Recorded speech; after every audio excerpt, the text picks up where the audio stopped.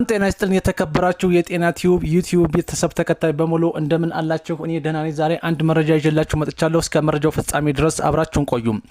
ለቻናሉ አዲስ ከሆናችሁ ላይክ፣ ሼር ኤንድ ሰብስክራይብ በማድረግ ቤተሰብ ይሁኑ። በዛሬው መረጃ ይዤላችሁ የመጣው ስለ የደም ግፊት በሽታ ወይም ሃይፐርቴንሽን ምንነትና ሌሎችም ተዛማጅ መረጃዎችን ይዤላችሁ መጥቻለሁ። አብራችሁን ቆዩ። የደም ግፊት በሽታ ወይም ሃይፐርቴንሽን ማለት ወይም ስለ ደም ግፊት በሽታ ምንነት ከመንገረ በፊት ቁጥሮቹን ምን ይላሉ የሚለውን ጥናቶቹን እያጣቀስኩ በመጠኑ ቢሆን ልንገራቸው። በዓለም ላይ በቅርብ ጊዜያት እንደሚታየው ከሆነ ከፍተኛ የደም ግፊት ከሌሎች ተላላፊ ካልሆኑ ስር ሰደድ በሽታዎች በበለጠ ብዙ ሰዎችን ይገድላል። ተላላፊ ያልሆኑ በሽታዎች ወይም ነን ኮሚኒኬብል ክሮኒክ ዲዚዝ እንደ አጠቃላይ በዓለም ላይ ለሚከሰተው ከ70% በላይ ሞት ተጠያቂዎች ናቸው።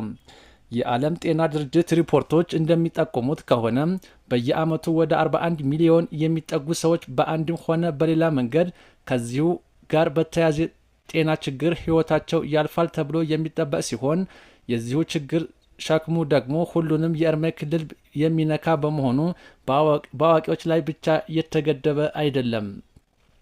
የሚያበሳጨው ደግሞ ከእነዚህ ችግሮች ጋር የሚከሰተውን ሞት ቢሰራበት በአብዛኛው መከላከል የሚቻል መሆኑ ነው።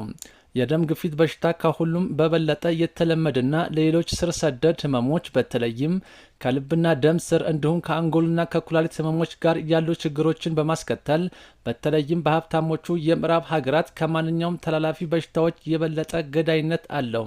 ሃይፐርቴንሽን ሃይ ብለድ ፕሬሸር ኪልስ ሞር ፒፕል ዛን ኤኒ አዘር ኮንዲሽን ኤንድ ሞር ዛን ኤኒ ኢንፌክሽየስ ዲዚዝ ኮምባይንድ።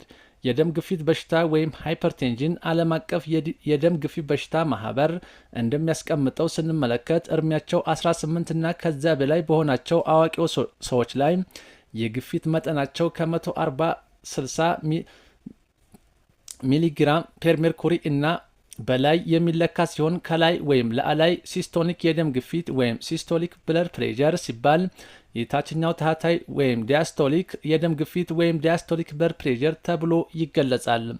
ትርጉሙ አሁን ያለው የደም ግፊታችን ከ140/90 በታች ቢሆን ጸረ ግፊት መድኃኒቶች ወይም አንቲ ሃይፐርቴንሲቭ ድረግስ ለሚወስዱ ግለሰቦች ይሰራል። የደም ግፊት ምደባና ደረጃ የኢትዮጵያ የደም ግፊት ሕክምና መመሪያ እንዳስቀመጠው መደበኛ ወይም ኖርማል ከ120/80 ቅድመ ከፍተኛ የደም ግፊት ወይም ፕሪ ሃይፐርቴንሽን ከ120 እስከ 139 አንደኛ ክፍል ወይም ግሬድ 1 ሃይፐርቴንሽን የደም ግፊት በሽታ ከ140 እስከ 159/90 እስከ 99 ሁለተኛ ክፍል ወይም ግሬድ ሃይፐርቴንሽን የደም ግፊት በሽታ ከ160 እስከ 179/100 እስከ 109 ሶስተኛ ክፍል ወይም ግሬድ 3 ሃይፐርቴንሽን የደም ግፊት በሽታ ከ180 ሚሊግራም ፐር 110 በላይ። ስለ ደም ግፊት በሽታ ያሉ የተሳቱ አባባሎች ኮመን ማይዝስ ኤንድ ሚስኮንሰፕሽንስ። ከዚህ ቀጥሎ ያሉት ነገሮች የሐሰትና የብላሽ ነገሮች ስለሆኑ እርስዎ አይመኑ፣ ለሌሎችም እሙን እንዳልሆኑ ያስተምሩ። የደም ግፊት በሽታ የሚከሰተው ሰውነታቸው በጣም በወፈሩ ሰዎች ላይ ብቻ ነው። የደም ግፊት በሽታ የሀብታምና በድሎት የሞላላቸው ሰዎች ላይ ብቻ ነው። የደም ግፊት በሽታ ምንም ምልክቶች ካላሳየ የደም ግፊት በሽታ አይደለም። በቤተሰብ ውስጥ የደም ግፊት በሽታ ያለበት ሰው ከሌላ በፍጹም ሌላ ሰው ላይ አይከሰትም።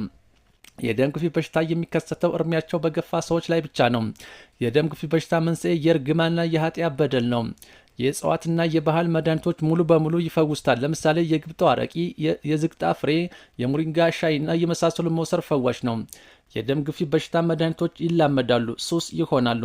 የሰውነት ውፍረት የጤናማነትና የምቾት ምልክት ስለሆነ ሰው ሁሉ ካገኘ ጮማ መቁረጥ፣ ጠጅ መጨለጥ የሀብት መመዘኛ ናቸው። ይህንን በዚህ ካየን ውድ ቤተሰቦች ሆይ እነሆ ለወደፊቱ ደግሞ በእርግዝናዎት የሚከሰት የደም ግፊት በሽታ ወይም ፕሬግናንሲ ኢንዲዩስ ሃይፐርቴንሽን ምንነት እና ሕክምናው ምን ይመስላል የሚለውን ስነግራቸው ለደም ግፊት በሽታ መንስኤዎች ምን ናቸው? ለከፍተኛ ደም ግፊት በመንስኤነት የሚጠቀሱ ችግሮች በርከት ያሉ ነገሮች አሉ ሲሆን ከነዚህ መካከል በቤተሰብ ውስጥ ያለ የደም ግፊት በሽታ ታሪክ ወይም ፋሚሊ ሂስቶሪ ሪስ ኤንድ ኢትኒሲቲ፣ የዕድሜ መግፋት ወይም አድቫንስድ ኤጅ፣ የክብደት መጨመር ወይም ኦቨርዌይት ኤንድ ኦብሲቲ፣ ያልተቆጣጠሩት የስኳር በሽታ ወይም አንኮንትሮል ዲያቤትስ፣ ሲጋራ ማጨስ ወይም በእንግሊዝኛው ሲጋሬት ስሞኪንግ፣ የአካላት ብቃት እንቅስቃሴ አለማድረግ ፊዚካል ኢንአክቲቪቲ፣ ስነ ልቦናዊ ጭንቀት ወይም ሳይኮሎጂካል ስትረስ፣ ከመጠን ያለፈ አልኮል መጠጣት ወይም ኤክሰሲቭ አልኮል ኢንቴክ፣ ከመጠን በላይ ጥሬ ጨው መጠቀም ወይም ኤክሴሲቭ ሳልት ኢንቴክ። ሌሎችም ስር ሰደድነት ያላቸው ህመሞች ሁሉ ከደም ግፊት በሽታ ጋር የተያዙ ችግሮች ወይም ሰከንዳሪ ሃይፐርቴንሽን ከ10% ያክኑ የሚሸፍኑ ሲሆኑ እንደ ምሳሌም የኩላሊት በሽታዎች፣ የሆርሞን በሽታዎች ለምሳሌም የሚረጭ የእንቅርት እጢ ወይም ሃይፐርትሮዲዝም፣ ልዩ ልዩ መድኃኒቶች የጎንዮሽ ጉዳት ወይም አድቨርስ ኢፌክት ወዘተረፈ ሁሉ ለከፍተኛ የደም ግፊት መንስኤነት ይጠቀሳሉ። የደም ግፊት ምልክቶች ምንድን ናቸው? በአመዛኙ የደም ግፊት በሽታ ያለባቸው ሰዎች ምንም አይነት ምልክቶችን የሚያሳዩ በመሆኑም የችግሩ መኖሩም የሚታወቀው በአብዛኛው የጤና ምርመራ ሲደረግ ነው። ስለዚህም ነው የደም ግፊት በሽታ ዝምተኛው ገዳይ ወይም ሳይለንት ክለር እየተባለ የሚጠራው። ይኸውም የጤና ችግር ውስብስብነቶችን ወይም ኮምፕሊኬሽንስ እንደሚያስከቱና ምልክቶችን እስከሚያመጡ ድረስ ምንም ነገር ስለማያሳዩ ነው። ለምሳሌም ከከፍተኛ የደም ግፊት ምልክቶችና ውስብስብነት ወይም ቬሪ ሃይ ብለድ ፕሬሸር ኤንድ ኦር ፖሲብል ሃይፐርቴንሲቭ ክራይሲስ ሲያስከትሉ የሚከተሉ ምልክቶች ሊያሳዩ ይችላሉ።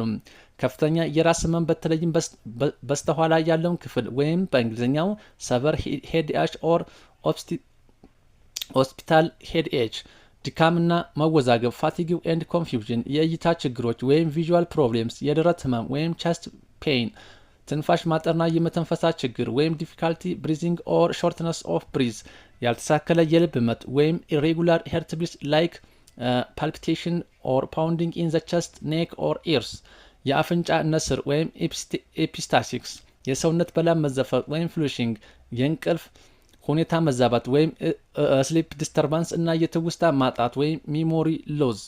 ከዚህም ከፍ ባለ ሁኔታ ላይ ሲደርስ ደግሞ የልብ ድካም፣ የስትሮክ፣ የኩላሊት ጉዳት፣ የደም ወሳጅ ቧንቧ መቀደድ እና የእይታ መታወር ድረስ ሊያስከትል ይችላልና ከነኚህ ሁሉ ጋር የተያዙ ምልክቶችን ሊያሳዩ ይችላሉ። የጤናማ አኗኗር ዘይቤ እና የደም ግፊት በሽታ ህክምና። የደም ግፊት በሽታን ለማከም በሐኪም የሚታዘዝ መድኃኒት ያለው ሲሆን ይህንኑ ለመጀመር ደግሞ የራሱ የሆነ መስፈርት አለውና ለሁሉም ሰው ግፊቱ ስለጨመረ ብቻ አይታዘዝም። ስለሆነም እነሆ ለዛሬ ደግሞ መድኃኒት መጀመር የማያስፈልገው የደም ግፊት በሽታን ለማከም የሚውሉ በራሳችንም ቤት ውስጥ የምናደርጋቸው እንዲሁም የመድኃኒት ህክምናውን አብሮ በአጋዥነት ለማስኬድ የሚረዱትን የአኗኗር ዘይቤ ማሻሻዎች ወይም ላይፍ ስታይልስ ሞዲፊኬሽን መተግበር በእጅጉ ወሳኝ ነውና እንዲሁ አብረን ልንገራቸው። ለጥሩ የደም ግፊት በሽታ ሳይሆን በአጠቃላይ ጤናችን አጽንኦት ልንሰጣቸው የሚገቡ የአኗኗር ዘይቤዎች የሚከተሉት ያካታሉ። አንደኛ፣ የጥሬ ጨው ፍጆታን መቀነስ። ለማንኛውም ሰው ዝቅተኛ የጨው መጠን በመመገብ ምንም እንኳን መደበኛ የደም ግፊት ያላቸው ሰዎች ሳይቀር አስቀድሞ ይጠቀማል። ይኸውም ገና በልጅነት የእድሜ ጊዜ ብዙ ጨውን መብላት የደም ግፊት መጨመር ህጻናትን ሳይቀር ለደም ግፊት መጨመር ያጋልጣል። የዓለም ጤና ድርጅት ጥናቶች እንደሚያሳዩት ከሆነ ከ32.4% በላይ የሚሆኑት ከልብ የደም ቧንቧ ስርና ጋር በተያዙ ጤና ችግሮችን የተነሳ የሚከሰቱት ህልፈተ ህይወት ወይም ዲዝ ከመጠን በላይ የሆነ ጨውን በመጠቀም ነው። ጨው ሲበዛ ገዳይ ነውና እባክዎትን መጠኑን መቀነስ ግድላል። አንድ ሰው በቀን ምን ያህል ጨው እንዲመገብ ይገባል? እንደ ዓለም ጤና ድርጅት ወይም ወርልድ ሄልዝ ኦርጋናይዜሽን ገለጻና ምክር ከሆነ አንድ ሰው ቀን ሙሉ 5 ግራም ጨው ወይም አንድ ትንሽ የሻይ ማንኪያ ብቻ መጠቀምን ይመክራል። በኢትዮጵያ ግን በአማካይ በቀን ውስጥ እስከ 8 ግራም ጨው ድረስ እያንዳንዳችን እንደምንበላ ጥናቶች ይጠቁማሉ። ስለዚህ ጨውን ለመለካት እጅዎን መጠቀም ከመጠን በላይ የጨው አጠቃቀም ያስከትላልና ለመለካት በሻይ ማንኪያ እንድትጠቀሙ እናበረታተዋለን። ለማስታወስ ያክል ጨው መጨመር ያለበት በምግብ ማብሰያው መጨረሻ አካባቢ ነው እንጂ መጀመሪያ ላይ መሆን የለበትም። ይህም ይበልጥ የተጠናከረ ጨውን እንዲሆን ያደርገዋል። በበርበሬ ወይም በሽሮ ወጥ ስታበስሉ በፊት የወፍጮ ዝግጅት ወቅት ዱቄት ጨው ካለበት በድጋሚ ወጥ ላይ ጨውን አትጨምሩ። ለምሳሌም የኢትዮጵያ ደም ግፊት በሽታ ህክምና መመሪያ ጥናቶችን ጠቅሶ እንዳስቀመጠው ኢትዮጵያ ውስጥ ከ1 እስከ 2 ኪሎ ግራም ጨው በ10 ኪሎ ግራም በርበሬ ሲፈጭ ይጨመራል። የሽሮ ዱቄት ሲፈጭ ደግሞ ቢያንስ ከ1 እስከ 2 ኪሎ ግራም ጨው ይጨመራል። ከ1 እስከ 1.5 ኪሎ ግራም ጨው ወደ 1 ኪሎ ግራም የሚጥሚጣ ላይ ይጨመራል። አስቡት ወገን፣ ለካ ለዚህ ነው በጨው ደንደስ በርበሬ ተወደስ ተብሎ የሚተረተው። ለማንኛውም ጨው ገና ለገና እነዚህ በአገራችን ነውና የሚመረተው ብላችሁ እያበዛችሁ ሞቅ ይበል ውሃ ያጠጣል እያላችሁ አትጠቀሙም። ጨውን ቀስ በቀስ መቀነስ በትንሽ ጨው ምግብ ለመላመድ ጣዕምን እያስለጠኑ ስለሚሄዱ ይለማመዳሉ። ይህም የምግብ ፍላጎትዎን እና የጨው መቅመስ ጣዕምን እንዲያውቁትና እንዲለምዱት ስለሚሆን በፊት በስቶ የተወሰዱት ከነበረው ምግቦ ውስጥ ካለው የጨው ጣዕም መጠኑ ቢያንስም ምላሳችሁ ስለለመደው አስቀድሞ ጥሟችሁ ትበላላችሁ። ሁለተኛው ጤናማ አመጋገብን መከተል።